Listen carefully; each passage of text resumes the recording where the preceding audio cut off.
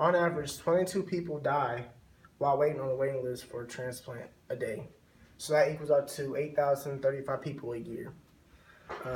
This epidemic can be solved by people becoming an organ donor and actually helping these people in need so they don't have to wait and then eventually die without even getting a chance or having a chance to survive.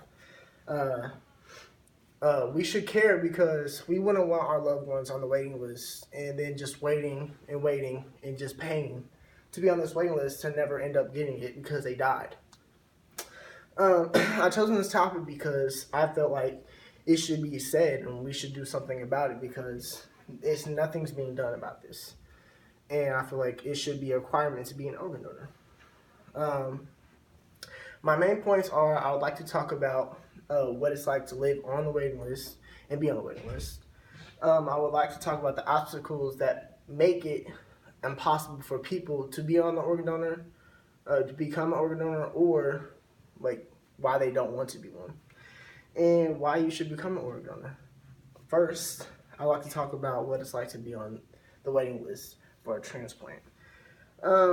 From U.S. Department of Health and Human Services, it costs $262,000 just for one single kidney transplant.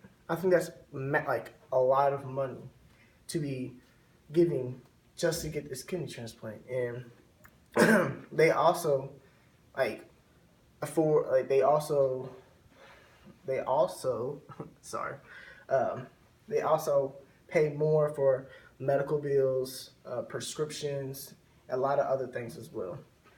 Um, so basically, when I'm on a waiting list, if I need a kidney, it would take me them 5 months to get the right kidney for me. Or if I needed a pancreas, it would take 2 years. And I feel like that could be stopped because there's a lot of people who die every day due to car crashes or natural occurrences or anything, and we could use their kidneys to help only 8,000 people a year from dying.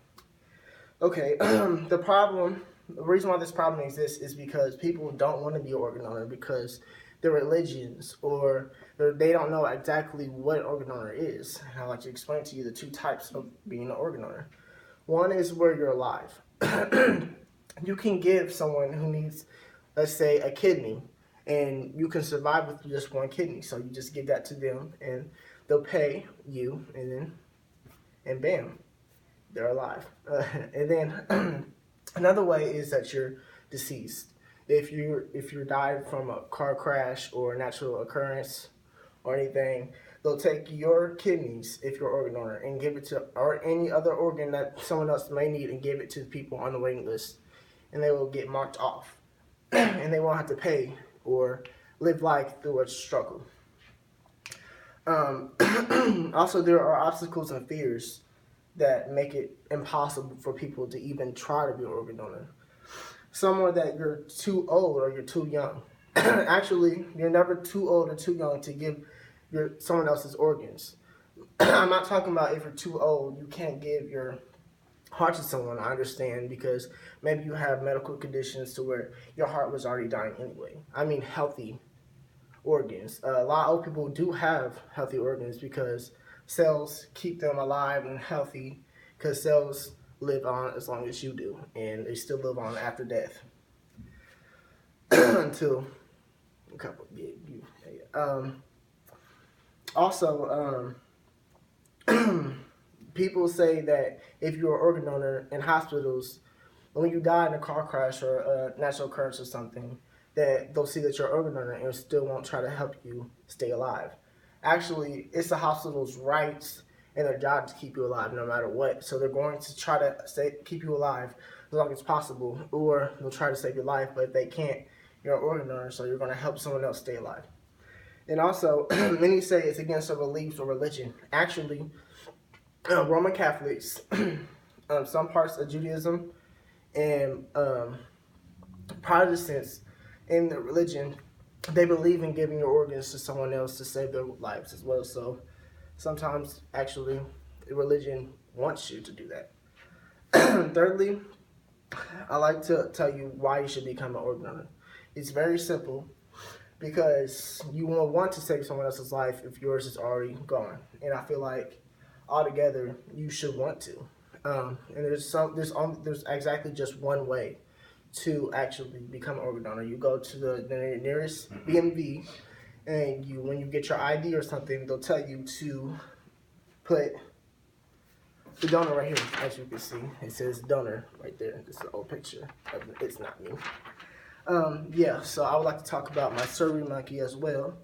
People really didn't know that over 100,000 people are on the waiting list as of right now. Out of 10 people, only 6 knew that. And they didn't know how many people died from a lack of a kidney as well, or an organ. People, actually, yeah, sorry. People really did know that. They said 9 out of 10 people got that correct. And I asked anybody who is an organ donor. Out of 10 people, only 7. So the other 3 are not considered an organ donor. And I feel like if everyone was organ donor, it could actually help everyone. So in conclusion, I told you about what it's like to be on the waiting list and what obstacles or beliefs people believe the reason why they are not becoming an organ donor, and why you should become an organ donor. So I'm saying is that this epidemic could be stopped if everyone became an organ donor and actually saved someone else's life. So that is all, and I thank you.